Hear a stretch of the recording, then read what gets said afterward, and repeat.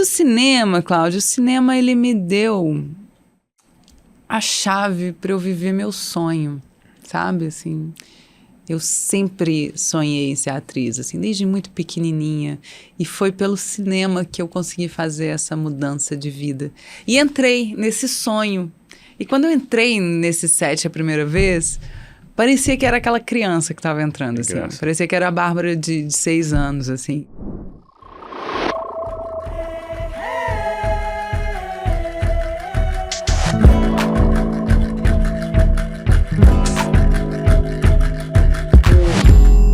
Esses sentimentos que me devolvem a humanidade me são muito caros.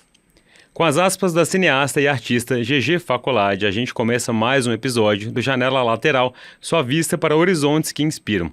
Eu sou o Cláudio Carneiro e hoje a gente vai abrir a janela para deixar a criatividade mineira entrar. Bárbara Collin não interpreta personagens. Ela se coloca à disposição para cartografar tensões do Brasil. Seu corpo em cena é um mapa vivo, onde se inscrevem os conflitos do nosso tempo. As investidas aceleradas do sistema imobiliário e da mineração contra a força estrutural dos saberes ancestrais.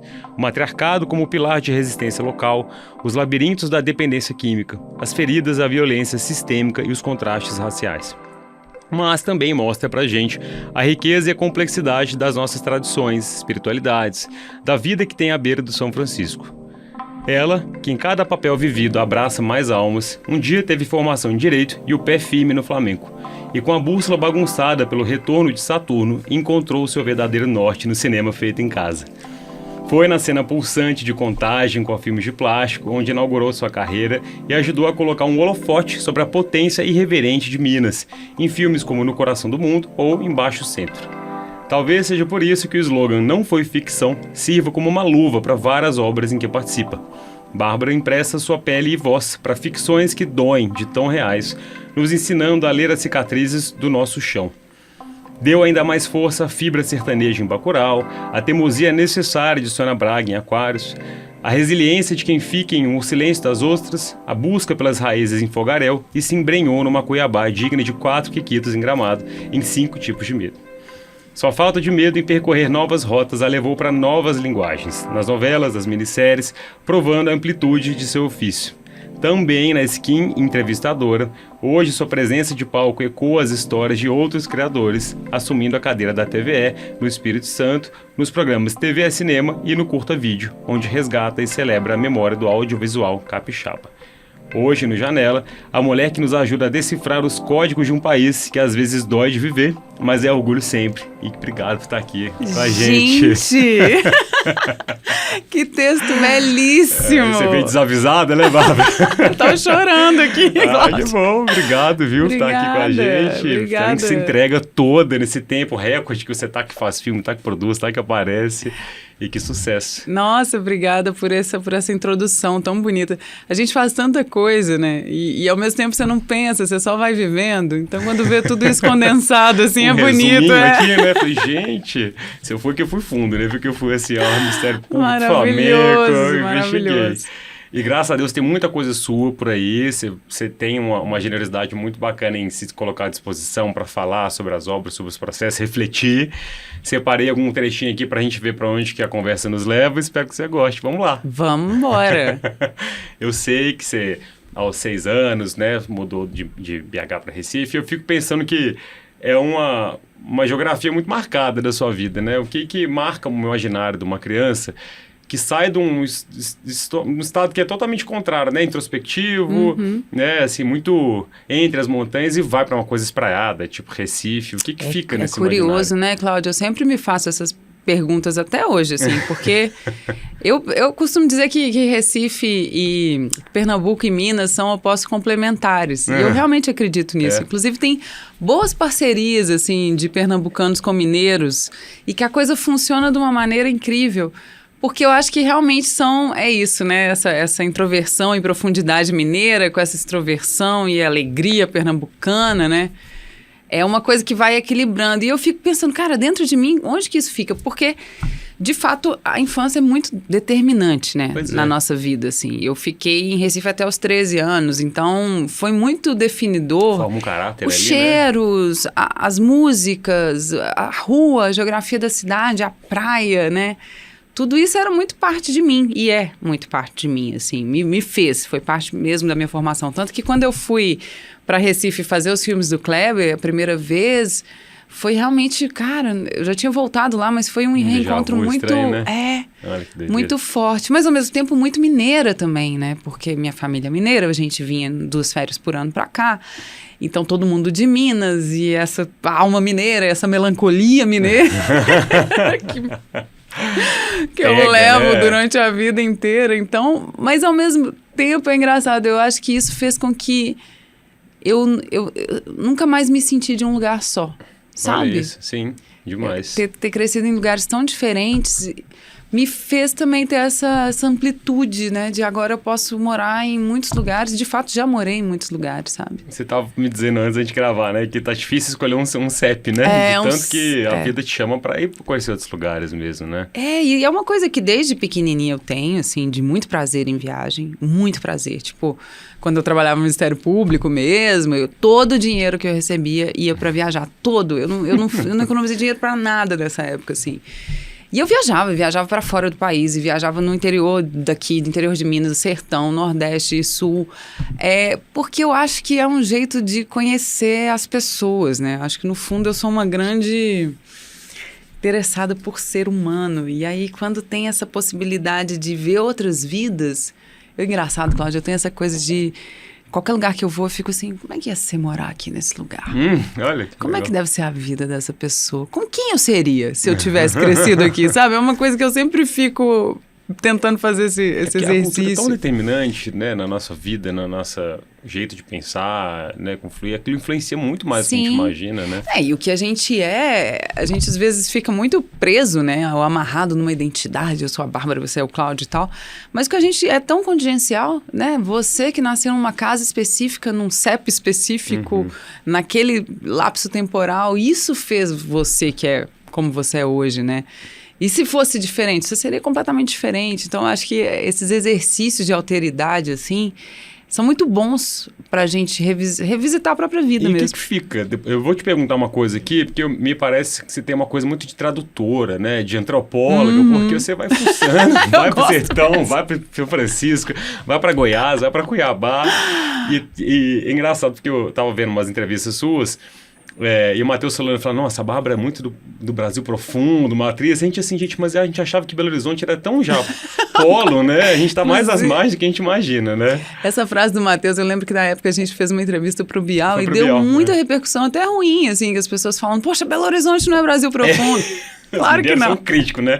Uma coisa que daqui foi bem chato. Mas né? é porque eu acho que o Matheus estava querendo dizer muito dessas personagens que eu já tinha feito. Não era nem tanto imaginei. eu saindo de Belo Horizonte e isso seu Brasil profundo. Mas assim, essas personagens de cinema e tal. Cara, eu gosto muito de entender tudo que é esse fora de eixo, né? Eu fico muito incomodada quando chama eixo. Falar que Rio e São Paulo é eixo. Tipo, agora a gente foi pra Gramado e tava várias entrevistas e era um filme de Cuiabá. Total. E todo mundo ficava, nossa, um filme fora do eixo, fora do eixo. Eu assim, mas quem determinou esse eixo, gente? É bom chamar uma coisa de folclore, né? Dá uma folclorizada, aqui é o né? eixo, aqui é o fora. Mas por quê? Se eu olhar de dentro daqui de Cuiabá, ou se eu olhar do meu prisma Belo Horizontino, eu sou o eixo, né? E o resto tá fora do meu eixo. Então, tipo, esse eixo é muito relativo, assim. Uma egotrip, assim, da galera, né? E muito restritivo. E quer dizer muito mais sobre uma visão bastante capitalista até de ver a vida, né? Você vai falar, não, o sotaque brasileiro é esse neutro que se criou no jornalismo brasileiro e isso é o que é Brasil. Aí você fala, poxa, mas o Brasil é tão grande, gente, né? É tão perigoso falar nesse lugar só. Então, eu acho que pra mim tem uma coisa até meio rebelde também, sabe? De falar, gente, vamos olhar para as outras coisas, né? Para essas outras pessoas que estão aí, cujas existências são tão importantes e tão necessárias e tão vivas e inegáveis quanto qualquer outra, né? Bacurau, que é uma coisa que vai desaparecendo, chega alguém que se intitula dono daquele espaço, daquela narrativa, criativa e some, né? E dizima um conhecimento, um saber. O Paulo Nazaré veio aqui e fala, o trabalho de pesquisa dele é todo sobre povos e pessoas e sujeitos que somem. Né? E são modos de vida muito sábios, né? Tem muita coisa pra gente aprender. É uma tristeza quando você perde essa diversidade, essa riqueza cultural, porque tem um empobrecimento anímico. Acho que tem um empobrecimento do ser humano quando a gente vai vivendo esse modelo doentio, né, que a gente está vivendo hoje, assim. Isso eterno agora, dessa coisa meio acelerada, que você vai imaginar a criação de filhos, né? Como é que é uma criação de filhos num território quilombola, numa aldeia indígena? Quais são os valores que passam? Como é que isso é feito? Tem tantas maneiras de se fazer, né? Tantas possibilidades, e aí a gente... Tudo hoje em dia você joga no Google e fala 10 maneiras de fazer tal coisa. ChatGPT, que é muito que eu tomo, terapia. Então, gente, veio a Marli, eu comentei com a Cirvale de Jequitinhonha, ela me deu um banho sobre como que o algodão é utilizado no pré, no parto e no pós-parto para reduzir depressão das mulheres. Eu falei assim, gente, como assim? Além dos usos do Vale, que são maravilhosos, mas ela estava me explicando, tipo assim, então, burro, é o seguinte, ó, você tem que usar algodão, só que ela falava uma linguagem que eu não entendia, que eu fiquei com vergonha, mas assim, como que o algodão tem essa potência, né? E essa sabedoria que vai sumindo, né? Essas sabedorias que vão sumindo e que a gente precisa delas, porque se a coisa estivesse funcionando e estivesse indo tudo bem, a gente até falava, não, mas tá tudo bem, tá tudo certo, mas não tá, né, Cláudia? A gente tá vendo que realmente... A passos largos aqui, alto estresse, tá colocando a cabeça na forca, cada dia a gente levanta e dá uma puxadinha. Você me colocou pra comprar a queda do céu, menina. Na hora que eu virei um catatal, eu falei, agora eu vou, não, eu comprei, chegou agora. Vai. Mas que fala muito sobre esse resgate dessa ancestralidade potente. A Queda do Céu, eu acho um livro... Bom, foi um livro... Acho que dos livros tem os tempos deles também, sabe? Eu acho que não é sempre que, né, qualquer livro vai cair na sua vida e vai repercutir lá dentro. Mas o Queda do Céu entrou num momento muito importante, que era um momento em que eu estava para fazer O Silêncio das Ostras, que era uma personagem muito diferente de mim, muito conectada à natureza, aos bichos, que tinha outra cosmologia, assim. E aí eu falei, eu preciso pensar diferente. E aí quando eu li A Queda do Céu, foi isso, assim, parecia que um mundo tinha se aberto, assim, na minha cabeça. É um livro difícil, é um livro que você demora um tempo, eu pelo menos demorei um tempinho para engrenar, mas também quando a coisa foi impressionante, assim. Porque também eu me reconheci em muitas coisas ali, né? Essa coisa afro-indígena que eu carrego na minha ancestralidade, e os indígenas estão muito presentes na minha história, e pouco a pouco eu vou reconstruindo isso. É interessante, né? Porque tem um apagamento indígena bem forte. Né? A gente tem um apagamento preto, mas o indígena eu acho que ainda é mais forte. Sim. E aí, quando eu vou remontando, aí eu vi uma vez uma foto do avô da minha mãe, e eu olhei e falei, mas gente, ele é muito indígena. E minha mãe é muito parecida com ele. Aí essas coisas vão se ligando na nossa cabeça. E lendo A Queda do Céu, eu me identifiquei em muitas coisas também, legal, sabe? Pede uma outra lógica de pensamento, ele te subverte ou te obriga a pensar cosmogonicamente, integralmente. Porque também, você vê uma pessoa que está vendo o mundo e vivendo esse mundo, e não só vendo esse mundo, mas vivenciando esse mundo de uma maneira muito diferente. Quando você vê alguém que conversa com o vento e não é taxado como um louco, ele de fato conversa com o vento, ele de fato conversa com o rio, e o rio responde, e a montanha responde. Então você pensa, poxa, existe uma existência que ela está conectada com outros canais possíveis de conexões mesmo, assim, sabe? E isso é riquíssimo, assim, eu acho que é uma coisa... que a gente faz para apagar isso dentro da gente, né? Fechar esses canais, E assim, são canais de sabedoria, né? Isso que me intriga demais, porque eu falo, a gente pode ser tão mais inteligente do que a gente tem sido, sabe? Assim, quando você abre realmente os canais de comunicação com as coisas, com a intuição, que seja, sabe? Eu sou muito jovem mística, não tão jovem, mas bastante mística. Mas eu realmente acho que, por exemplo, nos processos como atriz, uma das coisas que eu fui ganhando com os anos foi justamente esse respeito por conhecimentos e modos de acessar as personagens que não eram os caminhos racionais, sabe? Eu custei um tempo para legitimar isso, de falar... Olha, essa personagem está querendo me dizer coisas. E isso me chegou de uma maneira que eu não esperava. Olha, de estar atenta. De ver por um sinal. De repente aparece um texto, de repente aparece uma voz. Ela te diz alguma coisa. Então, Tem outros caminhos que a coisa opera e a coisa da criatividade é impressionante, Que assim. máximo. Tem uma coisa de sincronicidade e o Jung fala muito disso, é uma coisa que está na psicanálise também, que é disso. Sincronicidade é um pouco, né, para quem não sabe, mas um pouco quando você começa a se conectar com um tema, um assunto, muito mal e porcamente explicado, gente, mas as coisas relacionadas a isso vão aparecendo na sua vida. Né? Então, você está buscando saber mais sobre permacultura. De repente, você está atravessando a rua, vem uma pessoa te dar um folheto de permacultura, aparece um livro. Então, as coisas vão aparecendo, assim. Sim. Isso acontece o tempo todo na vida e a gente está sempre tão fechado, né? Para poder ver. E eu acho que você se deslocar, você estava falando que vocês foram a Matipó, né? No Silêncio das Ostras, e o próprio fato de vocês estarem lá, né, interagindo com as pessoas locais, com a natureza, também o personagem ele vai chegando em você também, né? Ah, com certeza. Porque tem uma coisa da espacialidade, tem uma coisa de sair de casa, né? Sair do apartamento, tirar a bunda do sofá e ir pro mundo. Que é engraçado, ontem eu tava pensando nisso, falei, cara, eu acho que antes eu andava mais pelas cidades e me permitia, sabe, esses encontros aleatórios, assim.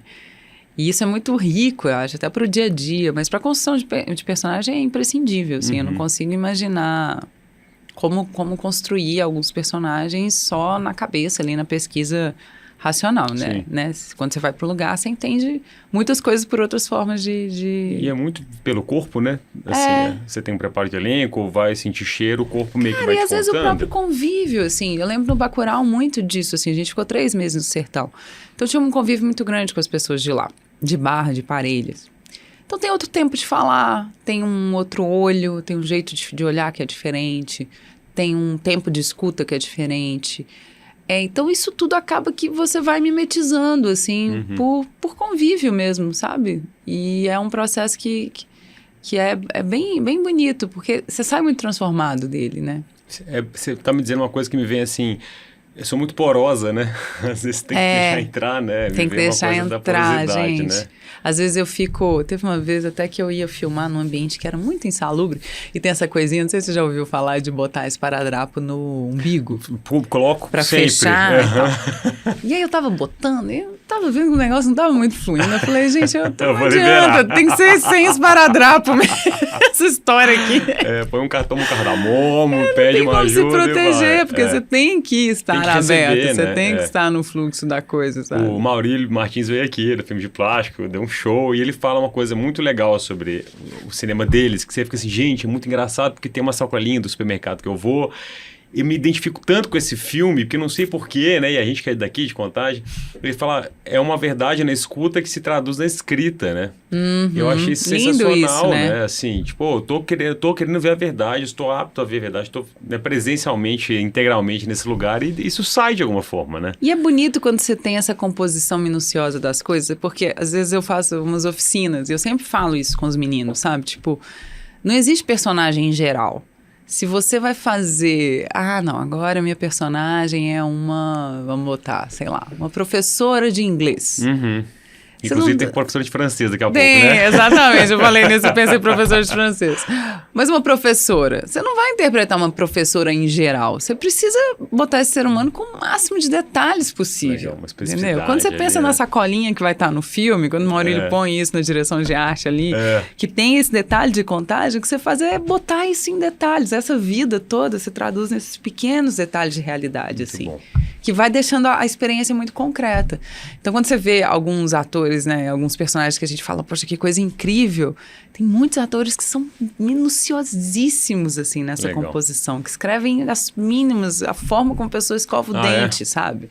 É porque eu imagino, a pessoa ficou pesquisando isso décadas, às vezes, né, assim, lendo sobre o tema, então ela sabe o que ela quer, né, porque ela leu muito, né? Exatamente. E como que você vai mudando, né? Os sujeitos vão entrando, você vão se agregando.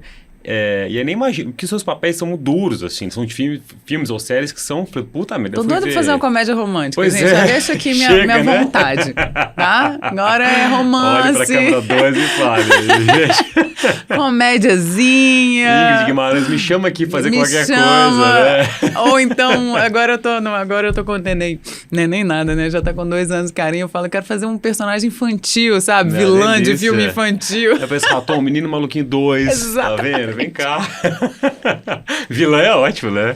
Tô doida pra fazer uma vilã. Porque é policial do BOPE, acho que esse tipo de medo é uma pincela do BOPE. Policial do BOPE que perde um fala... filho, imagina. Gente, e você cruzou sua história um pouco com isso também, na época. Total. Imagino que, assim, é muito louco, porque é uma devassagem da própria alma do corpo, que talvez quem esteja assistindo, e às vezes a gente assiste julgando, né? Essa atuação que não tá muito legal, e você tá lá inteira, quando trazendo o que é da sua vida para aquele papel também, né?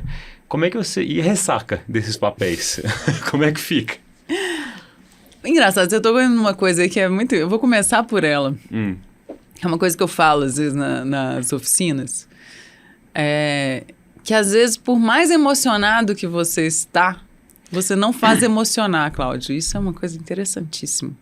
Olha... Tem os atores que falam isso. Você não precisa estar sentindo para fazer os outros sentirem. Gente, que... Doido isso, não. né? Que a gente vai muito nessa ideia da quanto mais visceral, melhor.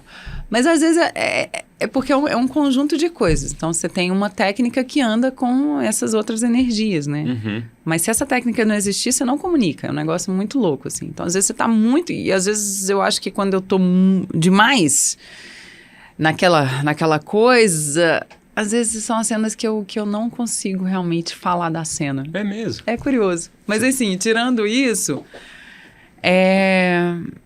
cara, eu acho que não tem como se proteger, não, sabe? Eu acho que, com o passar dos anos, Cláudia, eu fui entendendo mais de mim. Então, eu fui entendendo como lidar com a minha angústia, sabe? Uhum. Tipo, então eu preciso meditar de manhã, ir pra academia depois, né? Isso me ajuda a lidar com a minha angústia. Então, eu começo a pegar esses caminhos, dar uma dançada aqui, me reconectar aqui com a minha família, ir pra uma cachoeira. Então, aí eu aprendi caminhos mais práticos de ir me reconectando e voltando pra minha vida. Mas é tudo muito, assim, é difícil, é um caminho... É porque muitas vezes a gente constrói os caminhos para entrar no filme. Você tem um mês de preparação, 2 meses de preparação, quando é ótimo, né? Isso que eu falo, é pouco, né? Se for É pensar. pouco, mas você tem um caminho ali, né? Para entrar no personagem. E quando acaba, você não tem caminho nenhum para sair. Olha, gente. Ninguém fica te despreparando. Tipo assim... Preparamos um mês para esse personagem, agora vamos despreparar. Pois, gente, então tem é isso, terminou ali, o né? set, você volta pra vida. Tá e é com uma roteiro vida novo ali, né? Uma vida Gente. muito diferente, porque você tá vivendo no set 12 horas por dia, né? As pessoas às vezes não têm essa dimensão, assim, do quão profundo que é essa imersão em filme, ainda mais em filme, né? Que você tem pouco tempo. Então, fica lá durante um mês, 6 semanas, 8 semanas, totalmente ali naquela vida fictícia.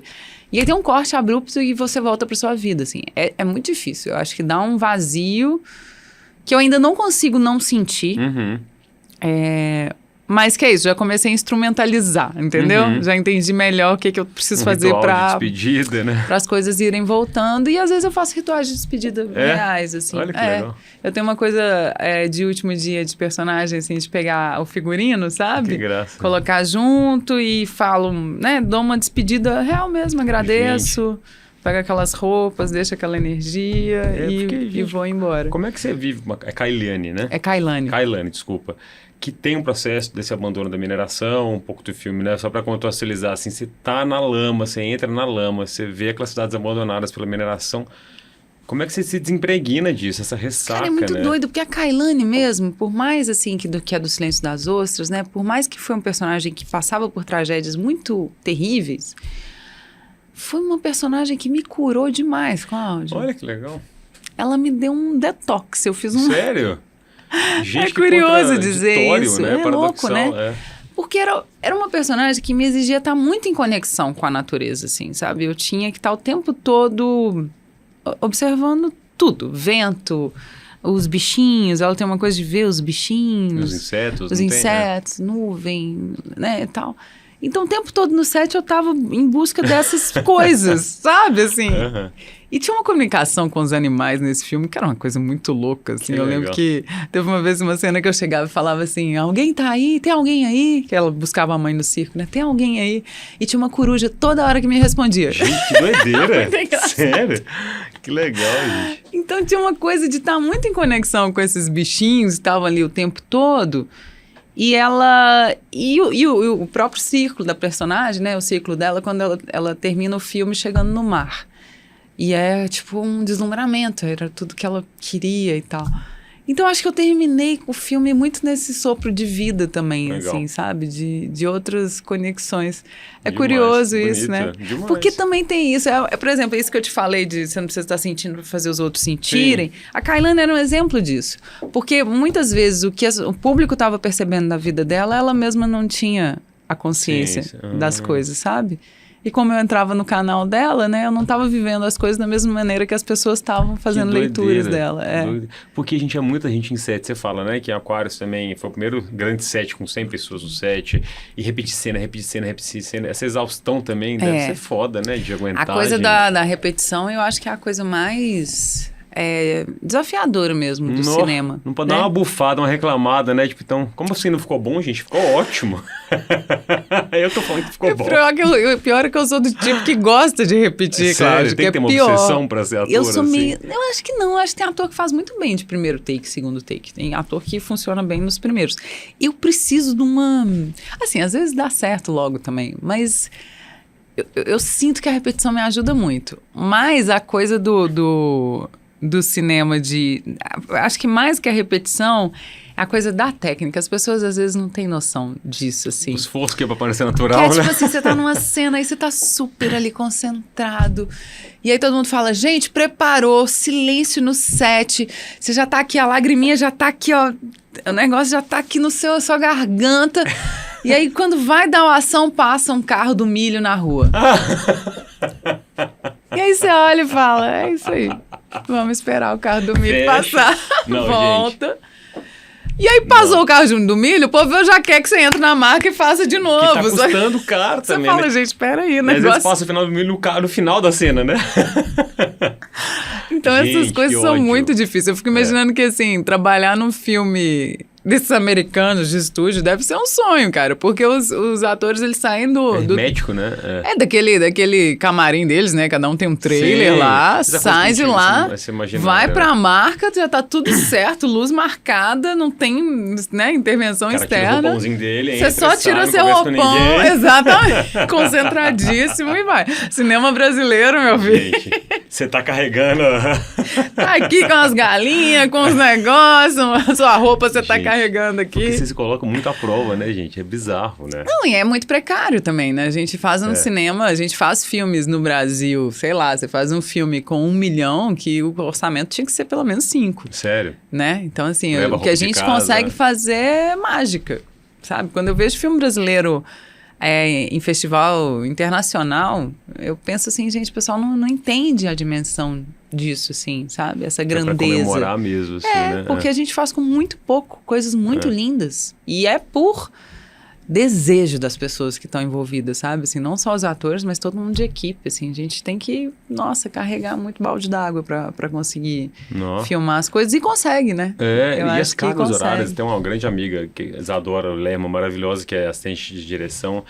Ela assim, vamos sair sábado não, porque amanhã eu acordo domingo às 4 horas, eu vou trabalhar 16 horas seguidas, andar pra cima e pra baixo, organizar aquilo, estresse, né, de organizar tudo, porque tá custando, tá caro, né, aquele taxímetro tá rodando. Nossa, né, assistente de direção, filme. Então não para, né, porque depois do set ainda tem que pensar no dia seguinte. A gente, como ator, você sai do set e ainda vai ali se alimentar e dormir, né? Mas é muito difícil, é muito puxado, assim. E isso quando você vai pra uma escala de televisão, assim, quando eu fiz novela, eu fiquei impressionada. E você falou que todo dia o roteiro, tantas laudas de roteiro, tantas cenas gravadas. E a carga horária, sabe, Cláudio? Que você fica de segunda a sábado. Gente. Eu ficava de 10 às 10, não. Faz mais tempo, né? Que era quanto mais vida, melhor, Quanto mais vida, melhor. Eu ficava de segunda a sábado de 10 às 10. Todos os dias. Que relacionamento que aguenta ficar sendo assim, gente? Que é isso? Que aguenta, velho? Tem que ter muito amor, pet, né? Não pode ter nada, puta merda, É gente. muito tempo, né? E assim, eu entrava no estúdio e saía 12 horas depois, assim. E é uma loucura, assim. Eu lembro que o Vladimir Brista me falou uma vez que para fazer protagonista de novela, você tinha que estar muito forte. Olha. E eu acho que ele falou emocionalmente, mas fisicamente também, assim. Porque senão você não consegue, você não A Adriana aguenta. Esteves, vocês não comentaram uma vez, depois que ela fez Carminha, que ela fazia reiki todo dia, uma coisa assim, porque era um personagem que era odiado pelo Brasil. Não tem essa carga emocional das pessoas que colocam em cima de você, você tem que né? achar outros caminhos ali de descompressão, né? Quando você passa por uma situação, você estava morando no Rio na época, imagino, né? Isso. Quando você passa por uma situação de povo te confundir com o personagem, fala assim, yes. A melhor pra mim, Cláudia, a coisa mais engraçada foi uma mulher que foi me criticar. E ela falou assim, porque a personagem que eu fazia era uma modelo, né? E quando começou a novela, eu falei, meu Deus, como é que eu vou fazer modelo? Eu sou meio corcundinha, né? Eu tenho todas as minhas questões, eu sou zero elegante, assim, na vida. Nos eventos eu me coloco, mas você me vê ali no mercado... E eu ficava, meu Deus, como é que eu vou fazer uma modelo? Aí comecei a fazer academia, não sei o que, aquela loucura, né, pra conseguir. E aí teve uma moça que escreveu uma vez assim, nossa, essas modelos que ficam sendo atrizes... Gente, que ótimo, obrigado. Obrigada, Você querido. Você acreditou, né, que eu era uma modelo, então... É uma ofensa, né? Me chamou de atriz, mas eu tô bonita, tá ótimo. Nossa, gente do céu. é muito bom. Eu falei, gente, ela acreditou que eu sou uma modelo, então tá tudo certo. Ótimo. Você faria mais novelas? Super, super. Eu acho que foi uma experiência muito boa, assim, pra mim, como atriz. Quando terminou a novela, eu falei, agora eu faço qualquer filme que você me colocar na mão, qualquer coisa eu faço, assim. Porque te dá uma musculatura mesmo. Dos artistas, né? E é muito legal, assim, foi muito legal. Eu tive uma experiência muito positiva com as pessoas, com os colegas, com os diretores, sabe? Eu acho que me desconstruiu bastante dessas coisas, às vezes, né, de imagem de televisão, que você imagina que vai ser um ambiente necessariamente insalubre e tal. E eu tive bons colegas, assim, sabe? De parceiros que estavam ali. Posso ficar tranquilo com o Matheus Solano, gente boa, legal, podemos seguir amando, né? Inclusive, ó, beijo, meu amor, saudades. Vocês devem ver muitas coisas, muitos perrengues e muitas coisas no set também. É um convívio absurdo, Sim, né? Você convive mais com aquelas pessoas do que com a sua família. E aí você vai criando seu grupo ali de amigos e tal. E é muito lindo também, eu achei muito bonita. Foi difícil no início, com a questão desse ser reconhecido na rua, né? De repente você está sendo observado nos lugares. Essa coisa foi difícil de acostumar, assim. Mas também é muito lindo quando você entende essa dimensão, sabe? Porque cinema, Cláudia, às vezes a gente faz filme para, quando muito, 16 mil pessoas verem, né? Então, quando você faz uma novela, sei lá, o Bacurau mesmo, quando passou no Tela Quente, deu 40 milhões de espectadores. Isso tudo? Assim. Gente, é surreal pra época também, né? Não, e você pensa assim, cara, o alcance que a televisão tem, sabe? Então, quando a gente fala de Brasilzão, né, que a gente tá falando dessa busca por outros Brasis e chegar nessas pessoas, a novela, ela chega, sabe? Sim. É uma coisa muito democrática nesse sentido. E equaliza ali, né? Claro que você E você precisa pensar num tom que chegue em várias pessoas, assim. Eu lembro quando eu tinha uma frase, por exemplo, Quanto Mais Vida Melhor, que eu sempre falava, que era Neném, o craque da camisa 10. Neném, o craque da camisa 10. Às vezes eu ficava, nossa, gente, mas repete tanto essa frase e tal. Aí eu fui pra Matipó, e quando eu cheguei lá, todas as crianças da vila... Que gracinha. Gente. Eles gritavam, Rose, neném, o craque da camisa 10. E era tão lindo, cara. Eu falei, é pra eles que eu tava falando, sabe? Assim, esse entendimento de pra quem que você tá fazendo a novela, sabe? E você fala uma coisa, e depois eu quero te perguntar sobre a carreira de roteirista que vem aí, né? Nossa, essa... Guarda aí, eu vou te dar esse tempinho. Mas você estava falando muito sobre... Fogaréu, não. Foi 5 tipos de medo, né? Que é a importância de você ir para uma comunidade que tem várias questões estruturais. E só de vocês estarem ali... Eu vi uma cena tão bonitinha, vocês gravando e uns meninos assistindo quietinhos, assim. Como que você habilita, talvez, para essa molecada, uma juventude, o poder sonhar, poder pensar, habilitar um pensamento de um dia eu posso fazer isso, posso mexer com aquilo, né? Eu acho que a gente habilita quando a gente vai fazer e eles têm contato direto com essa máquina do cinema, né? Porque quando a gente vai para um lugar, a gente mobiliza muita gente e muita gente do circo, lugar, né? Mesmo começa a trabalhar ali, começa a fazer coisas. Então, assim, você tem essa participação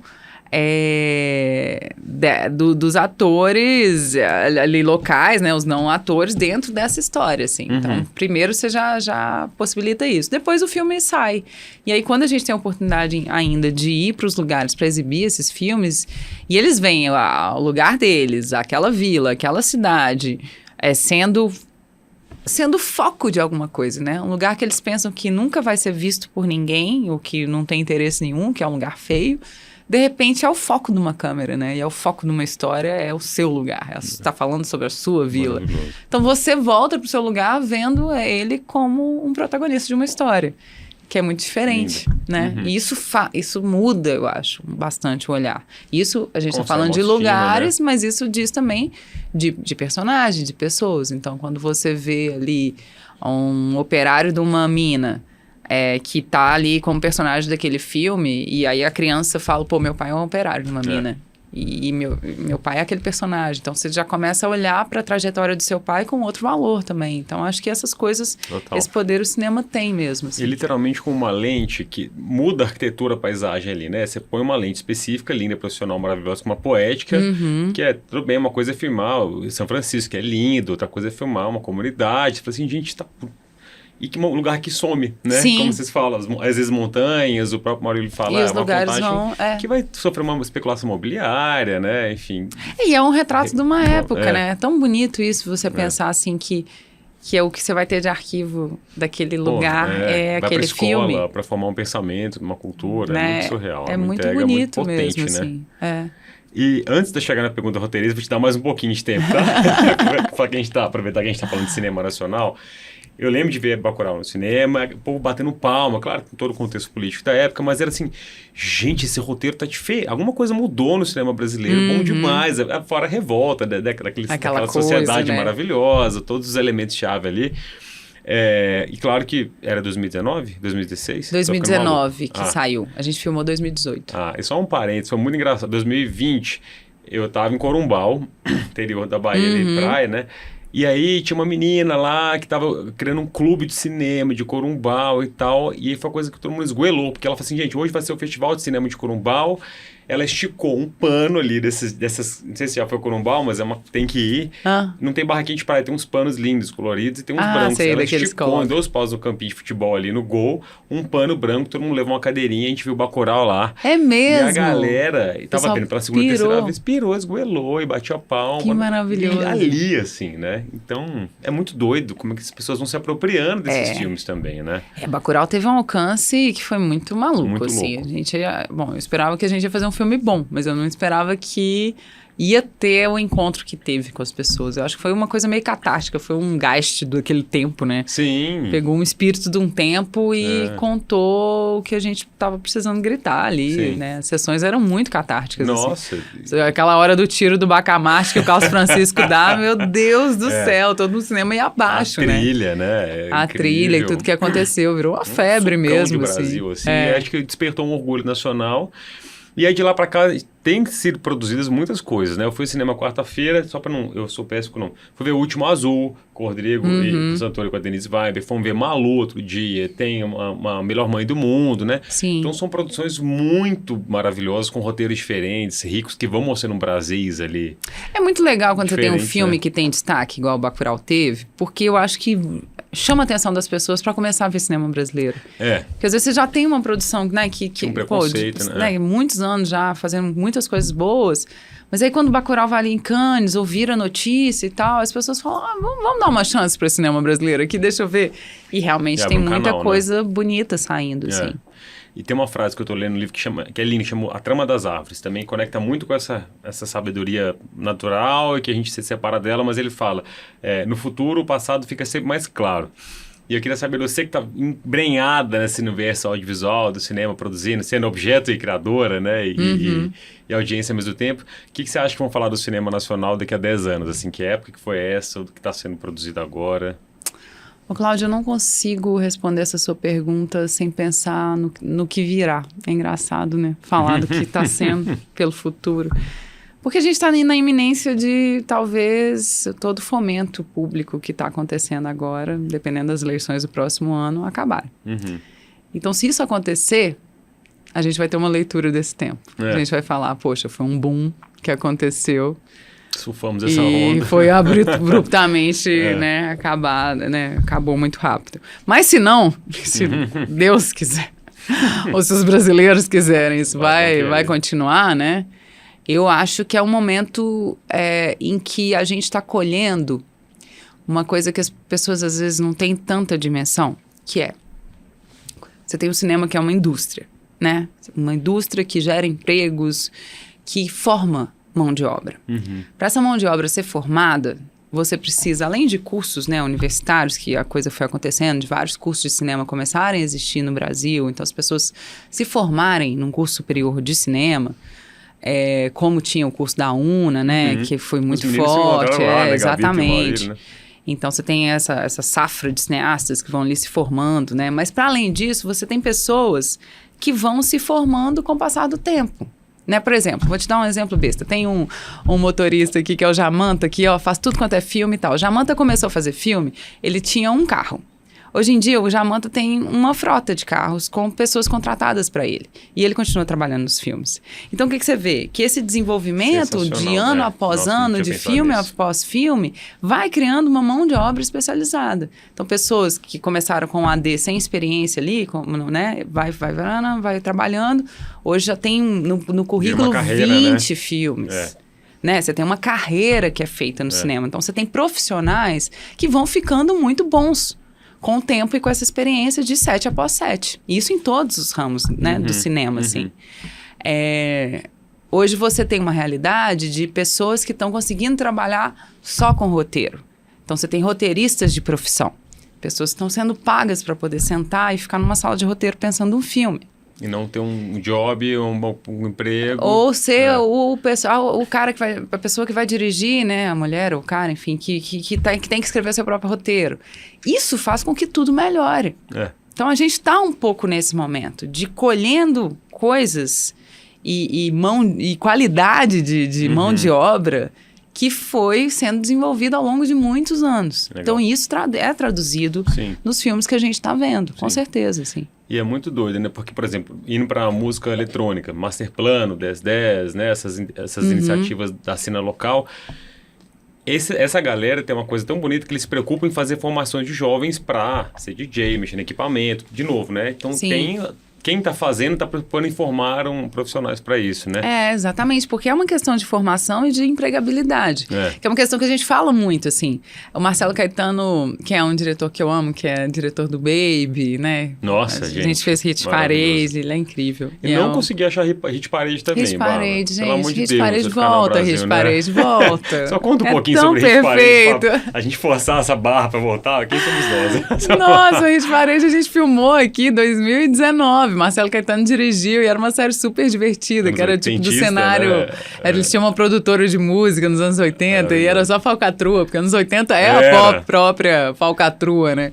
Então era muito divertida e agora realmente eu acho que não tá mais no catálogo. Procurei. É uma pena. E você fazia qual personagem lá? Eu fazia a Lídia, que tocava a produtora do lado do Simão, que era o Túlio Starling que fazia. Sim.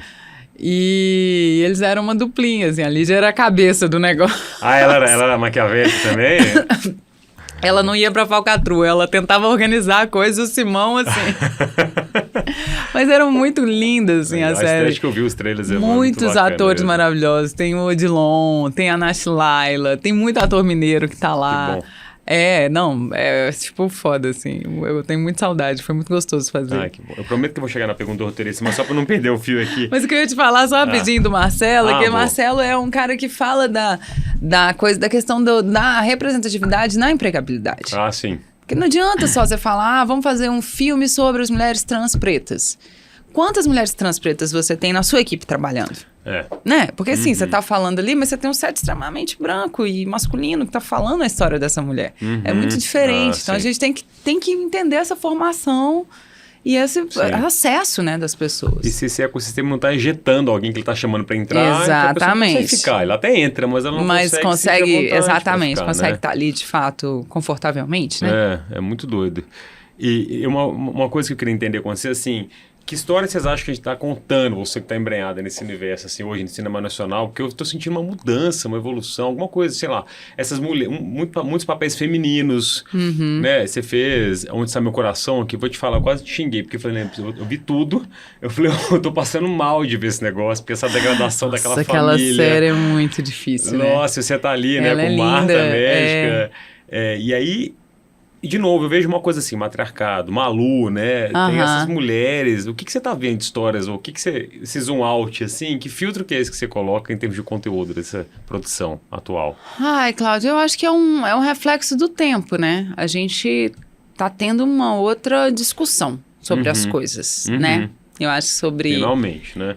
Sobre gênero, sobre sexualidade, sobre o que é ser mulher no mundo, sobre o que é ser gay no mundo, sobre o que é ser uma pessoa trans. Então, acho que todas essas discussões, elas estão reverberando no fazer artístico, né? A gente tem pensado em muitas coisas e eu acho que quem não está absorvendo o que está sendo dito está ficando para trás mesmo, assim, sabe? Eu acho que são filmes que você olha e fala, isso aqui tá meio antigo, né?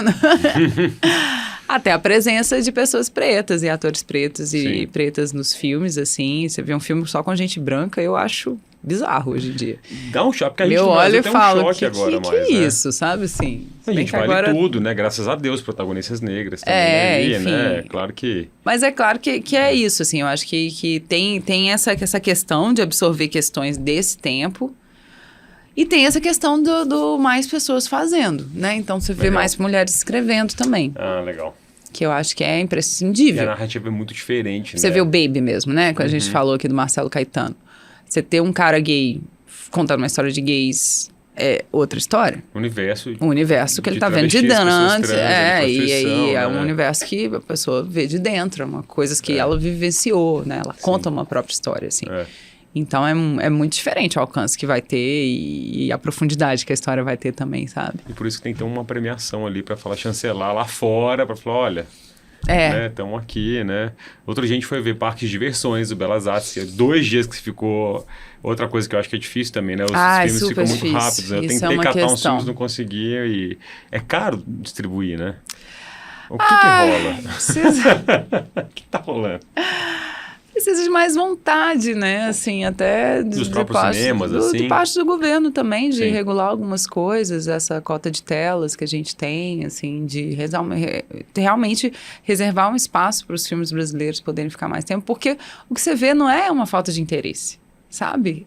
O Ney mesmo, aquele filme, né, da biografia do Ney, ele saiu porque, acho que Netflix que foi, né? Que pediu pra ir, mas, tipo, as salas estavam lotadas, tinha muita procura. Onde estou aqui foi muito visto. Bacurau foi visto por quase 1 milhão de pessoas, assim.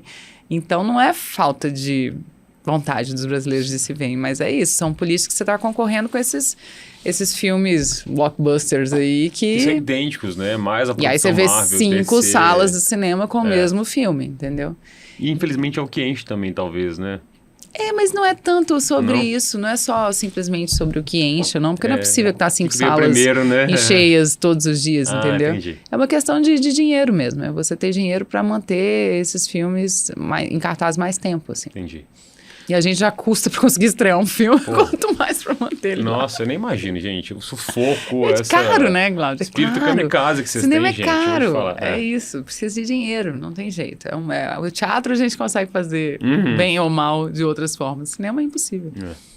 Vamos falar sobre essa carreira de roteirista, vem aí? Roteirista e diretora, o que mais você tá inventando aí? Nossa, já tá eu escrevendo? tenho muito bloqueio pra começar a escrever. É a parte que eu acho que... É engraçado, Cláudio, eu sinto que quando eu começar vai ser um processo meio imparável, assim, sabe? Eu acho que eu vou encontrar uma coisa na escrita que... Mas realmente me dá muito...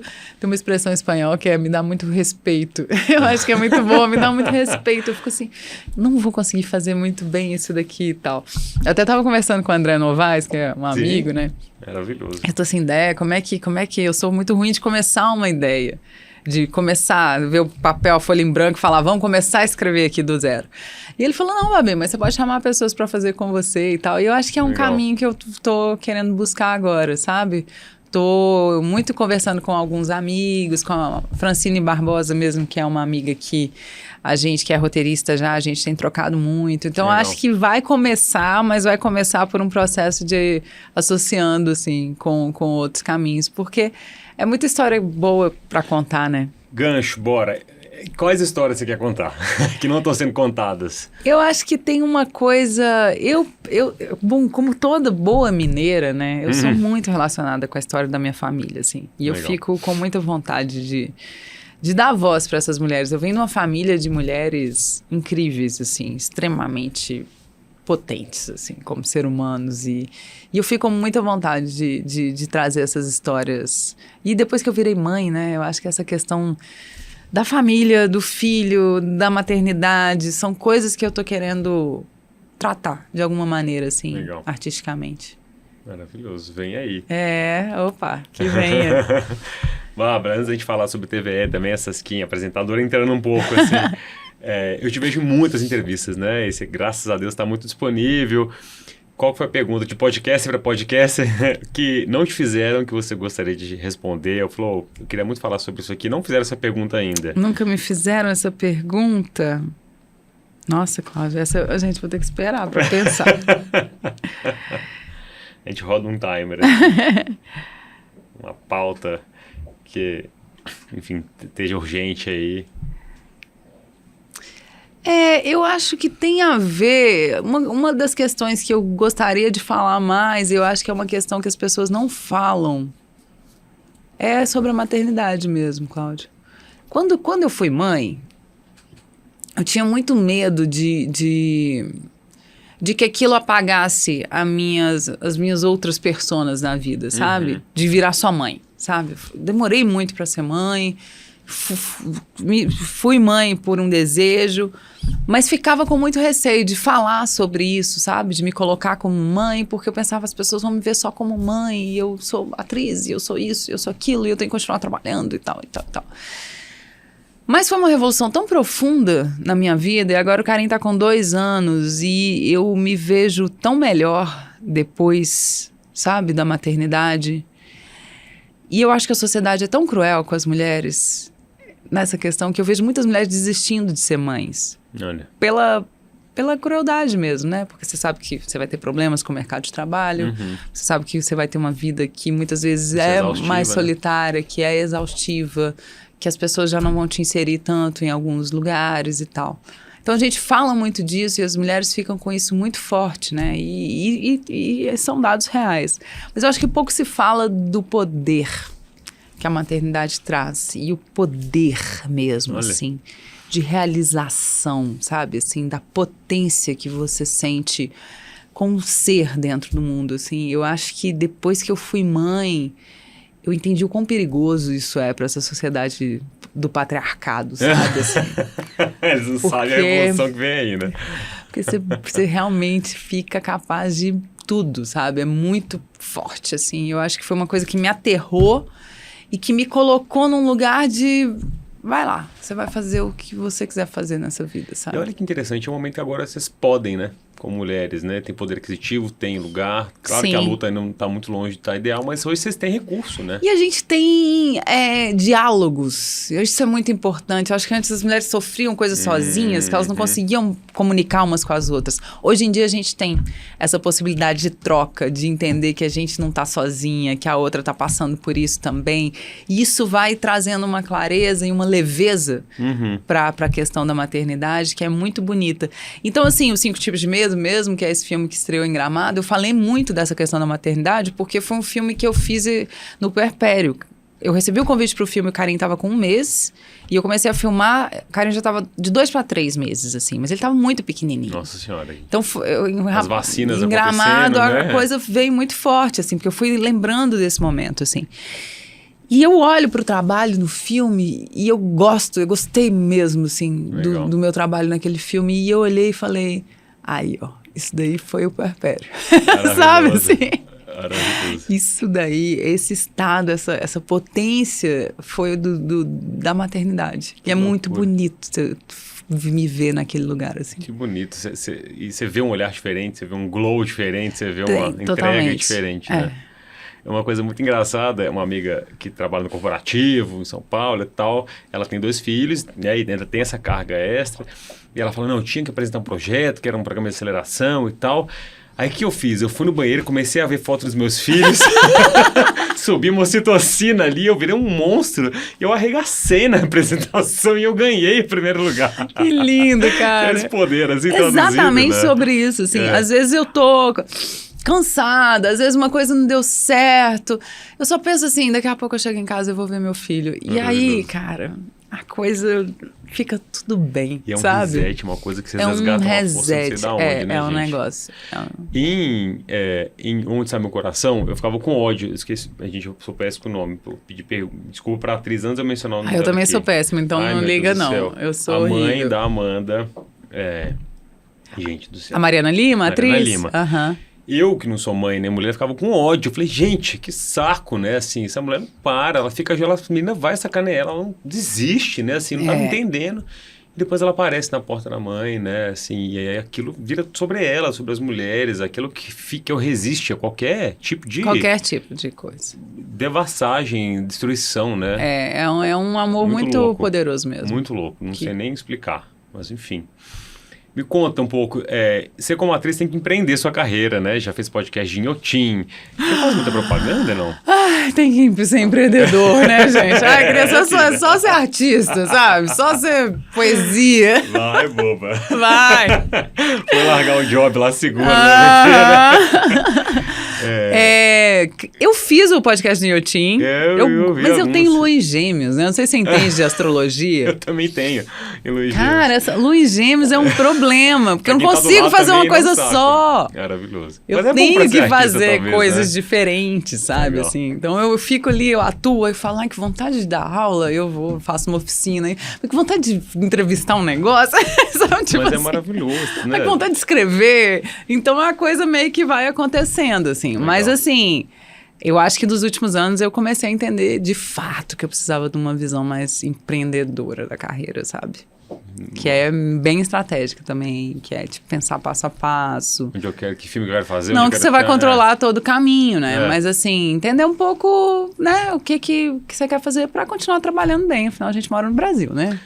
A gente não tá na Suécia, ali, que o ator tem lá o seu teatro, que vai pagar suas contas pro resto da vida. E de repente vai fazer um filme, mas o grupo teatral tá estabelecido. Você pode escolher não querer ser mainstream, ou você ter que trabalhar pra caramba, né? Ou pegar 3 projetos ao mesmo tempo, né? A gente sofre. O Luiz Bertazzo é um ator incrível e a gente fez, assim, tipos de meta juntos. E eu lembro que eu tava com o Luiz na piscina do hotel e o Luiz falando assim, pois é, Babi, tô fazendo esse filme agora, eu não sei se eu vou trabalhar nunca mais. Traumatizou? Talvez seja talvez seja meu último trabalho, talvez ninguém nunca mais me chame, sabe? Pelo contrário, E eu assim, Luiz, né, já fez milhões de filmes depois, fez o Baby, fez Ainda Estou Aqui, enfim, tá trabalhando muito. Mas é isso que o ator sente o tempo todo, sabe? Você fala, cara, talvez esse seja o último trabalho, talvez não aconteça de novo. Vou só buscar o nome dele aqui, porque, né, assim, sei lá que rolou comigo. Ai, gente, mas enfim, é porque é difícil viver disso, né? Quem que é o ator que está sendo homenageado agora na cinema? O Carlos Francisco. Carlos Francisco. Eu estava lendo sobre ele agora e ele teve que vender caminhão, mudou para São Paulo, então você tem sua vida acontecendo para um dia você retomar a possibilidade de ser ator. É muito, muito louco isso, assim, né? É muito, muito difícil mesmo. E é difícil segurar a cabeça, sabe, Cláudio? Eu acho que é a parte mais difícil... Muita gente existe no meio do caminho, né? Eu falo isso muito quando eu faço oficina para os meninos. Eu falo, gente, vocês têm que ser fortes porque vocês precisam de uma resiliência mesmo e de uma saúde mental, porque é difícil. Quando tá tudo dando muito certo e você tá muito em destaque e vem o dinheiro, é difícil. Porque as relações mudam, o seu lugar no muda, é muito cansaço e tal. Você tá muito em evidência, então você tem que segurar essa barra. E de repente vem um outro momento, que aí você tá em casa e o telefone não toca. É um desespero, gente. E aí você fala, meu Deus, será que eu vou trabalhar e tal? E aí vem... Então, assim, é sempre difícil. E quando você pega um personagem, você começa do zero, você fala, meu Deus, eu não sei atuar, não sei fazer isso. Sabe? Pode ser o 20º filme que você tá fazendo, você fala, parece que eu tô começando hoje, eu não sei o que fazer. Então, assim, eu acho que tem uma coisa de um trabalho mesmo, assim... De muito pé no chão, sabe, Cláudio? Eu tento ser muito pé no chão. ganhei dinheiro aqui, já ponho ali pra saber que vai durar É uma empresa, né? tanto tempo, vai dividir, vai ter o Prolabore que você vai tirar, sabe? E, tá muito legal agora, tá muita coisa saindo legal, daqui a pouco vai vir um momento que não vai ter tanta coisa saindo, você vai ter que segurar sua barrinha, sabe? Segurar seu ego, segurar sua cabeça. Foda. Não, nem é foda. Parar de entrar no Instagram pra ficar se comparando com todo mundo que tá trabalhando menos, você, sabe? É bom de falar sobre isso, porque fica, né, você tá muito em evidência há muito tempo, né? Então, às vezes, pra quem é ator, atriz, tá te vendo, fala assim, ela faz cocô, né? Gente normal. Mas é porque a gente sempre acha que todo mundo tem evidência o tempo todo, e não é assim. E é insustentável isso também, né? Eu mesmo tive esse momento esses últimos 2 anos, né? 2, 3 anos. Não faz cocô, viu? Não tem problema nenhum. Não tem problema nenhum de falar disso. Tô super tranquila. Agora que eu falei assim, gente, é o que eu vou falar? Porque faz, né? Mas assim, esses últimos 2 anos foi um período muito introspectivo pra mim, sabe? Foi quando meu pai morreu. Meus sentimentos. Não sabe? E aí vivi esse luto e meu filho nasceu. Então eu tava vivendo 2 momentos muito viscerais da vida e falei, opa, preciso dar uma respirada aqui. Gente. Preciso, sabe a coisa do jardinzinho, sabe? Que você tem um jardinzinho, que você tem uma plantinha. Ali, né? Você fala, agora tá na hora de cuidar desse jardim, sabe? Não é a hora as coisas não vão florescer, não vai sair frutinho agora porque tá tudo seco. Então você precisa, né, dar uma cuidada ali, ter um tempo de se nutrir. Aí você começa a ler livro, aí você vê uns filmes novos, aí você senta numa praça e vê uns velhinhos conversando, aí você volta pra vida. De repente você... Acessa seu coração tá cheio de novo. E você fala, agora eu tenho pra dar pra esse personagem, sabe? Assim, agora eu tô nesse momento de falar, agora... chegar, né? Agora o jardinzinho tá bom, agora tem coisa pra sair, sabe? Assim... Mas nesse tempo louco que a gente vive, que parece que você tem que estar o tempo todo produzindo e muito, né? Essa coisa incessante de máquina que a gente tá nessa lógica. As pessoas não entendem que vai ter um inverno, sabe? Assim, vai ter a hora de parar, vai ter a hora que não vai estar produzindo tanto, vai ter a hora que você não vai estar gostando tanto do que você está fazendo. E aí você precisa se reapaixonar por você, pelo seu trabalho, pelas coisas. Porque não vai ser tudo brilhante o tempo todo, gente. Pelo amor de Deus, né? Nada Essa lógica de autoexploração... Né, e de felicidade, né? Felicidade, tem que estar feliz. Tóxica, a relação é boa. Então, relação romântica tem que funcionar. Se não tá feliz, é abusivo. Sabe? Tipo, o negócio vai num lugar que a gente, cara... E uma coisa que me veio nada a ver, mas que tem a ver, a Esther Perel, aquela psicóloga, sexóloga, enfim, ela fala, tem poucos filmes, poucas obras falando sobre o sexo de manutenção, porque o sexo no cinema... Nossa, é tudo assim, maravilhoso! Nossa, tem um sexo de manutenção que ele não vai rolar não, velho. Nos próximos meses aqui, você tá fazendo sexo com outras coisas, como diz meu psicanalista, exatamente, né? que você tá sua libido e outra coisa, você fala, não, vamos fazer um sexo aqui só pra não esquecer, pra lembrar. Não vai ser tão... E tá tudo bem, gente. O problema fazer filme sobre isso também. As pessoas... falar sobre essas relações, real, sobre né? casamento, né? Tendo, casamentos que tem momentos e que vai ter momentos que você vai estar super... né, apaixonado pelo seu parceiro, e tem hora que não, e tem hora que você vai mudando, e seu parceiro não é mais o seu parceiro. Eu vi uma entrevista da Fernanda Torres pra Vera Iaconelli. Eu vi. Que ela fala que tá, sei lá, 27 anos casada com o Andrucha, e que o Andrucha não é o mesmo Andrucha, que nem ela é a mesma, né? Então as relações vão mudando também. Temos que falar também. sobre isso. E o que pra você é o principal ônus da fama, do sucesso, assim, né? Você tá me dizendo alguns, assim, né? Pô, o que pra você mais dói? Fala, puta, esse preço é alto de ser famosa, de estar bem, de ter, né, tá bem sucedida no seu ofício, né? Eu acho que o mais difícil, Cláudio, é ter que compactuar com coisas que você não concorda. Eu acho que a fama vem... falar de dinheiro, né? A gente fala o preço da fama... é estar em lugar de muito dinheiro e de muito poder. E nem sempre esses lugares são bonitos, né? Então, eu acho que as pessoas que estão ali nesse mainstream e que vivem dele, que dependem dele absolutamente, assim, são pessoas que têm que fingir de égua. Digerir. Fingir que não viu muita coisa que tá vendo e que não tá bonito de ver, assim. Então, eu acho que esse caminho é o mais difícil. Que é como não se corromper, né? Porque quando você consegue uma posição de destaque, ou de, sei lá, 10 milhões de seguidores, ou... Você tem que manter aquilo, né? Você chega ali, não é que você chegou ali e fala, pronto, acabou. Subi esse cume aqui. Atingi, consegui meus 10 milhões aqui pra frente, tudo certo. Não, a pessoa tem que manter esse lugar. Sim. E a manutenção desse lugar, ela exige coisas que nem sempre vão estar muito alinhadas com, né, o seu desenvolvimento como ser humano. Tem uma entrevista, inclusive você me pediu uma frase, né, hoje, que vai ser a nossa frase, e essa frase é de uma entrevista que eu vi com a Denise Fraga, que eu acho uma figura incrível. Dela também, tem, né? Sonhar com Leões. Sonhar com Leões. E a Denise é uma figura incrível que dá umas entrevistas maravilhosas, e ela nessa entrevista ela fala isso, que chegou um momento em que ela falou, poxa, a paixão da minha vida é fazer teatro. Mas para fazer teatro eu vou ter que negar algumas coisas na televisão. Ela colocou nisso. E ela falou, não é porque eu não gosto de fazer televisão, mas é porque minha paixão é fazer teatro. Então, às vezes, na vida você dá 2 passos atrás, ela fala isso, às vezes você dá 2 passos atrás para poder avançar muito mais daqui a pouco. Mas você precisa dar uma recuada no que as pessoas veem como sucesso, sabe? Porque se você vai nessa onda do sucesso, fama, não sei o quê, pra manter isso daí, você vai aceitando coisas que é o que os outros acham que você precisa desejar. E que nem sempre vai ser seu desejo real, assim, e às vezes sabe? isso ficou meio silenciado, né? Talvez, assim, com tanto movimento tá externo, uma loucura, né? Tá uma loucura. Que Nada essa como história... maternidade pra você também, talvez, se resgatar. É né? cocôzinho ali, Sempre. falar de cocô, né? Que você dá uma Cocô, limpada verdade, ali você naquela tava habituado, fralda, arroz caindo pra um lado, menino Vida real gritando. ali, né? Exatamente. Mas sobre o que importa também, né? Sobre... É a vida, né? É o que é real, que Maravilha. não é o símbolo. Porque a fama é símbolo. Eu acho que a grande questão é isso. As pessoas falam da fama como se fosse concreta, como esse copo. Sim, mas é uma legal. pura É uma fantasia. coisa, né? É uma fantasia. O que é a fama? O que é o reconhecimento? É ser reconhecido por quem? Sabe, você está buscando reconhecimento. Quem que é que vai te dar esse selo de qualidade? Pronto, Cláudio. Agora, vai pro céu. agora você está reconhecido. Agora você logrou o seu lugar de sucesso. Quem que é? Qual que é a pessoa? Não é real, não é concreto. Porque se um te der...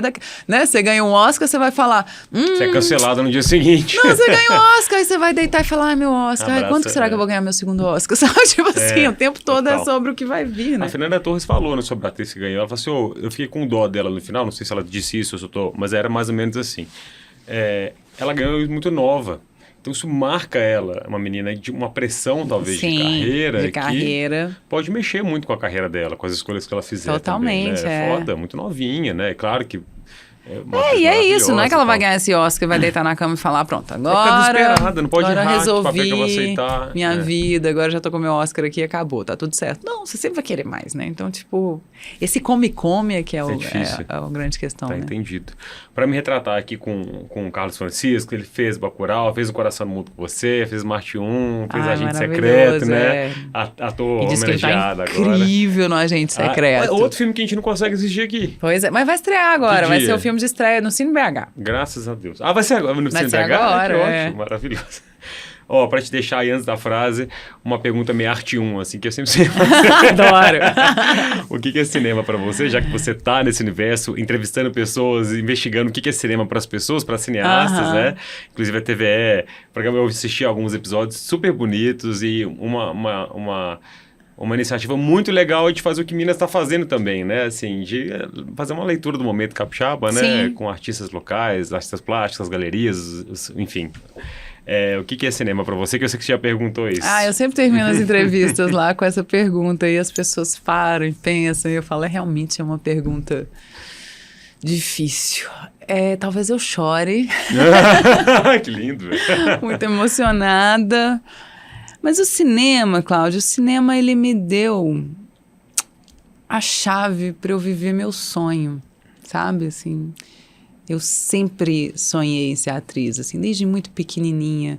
E foi pelo cinema que eu consegui fazer essa mudança de vida. E entrei nesse sonho.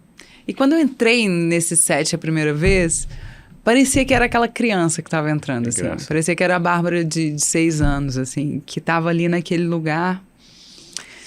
E esse sonho é curioso porque ele já virou realidade, já se concretizou, já virou muita desilusão também, algumas decepções, muitas outras ilusões. Tipo assim, já passei um período em que essa trajetória dentro do cinema já foi pro real, já. E agora continua sendo sonho. E isso é a Legal. coisa mais linda, assim. Eu acho que o cinema para mim é o que me faz ser uma pessoa melhor. É a minha conexão com o metafísico, é a minha Lindo. conexão com Deus. É onde realmente eu me sinto num propósito de vida, assim, sabe? Eu falo, eu vim aqui pra isso. Nossa. E isso é muito bom. Ainda tem frase pra você entregar depois dessa. Se é que eu posso te pedir isso. E você tá fazendo um filme sobre fé evangélica também, né? Como é que Sim. chama? Você pode falar? Calma que agora... Engraçado que eu fiz 2 personagens evangélicas.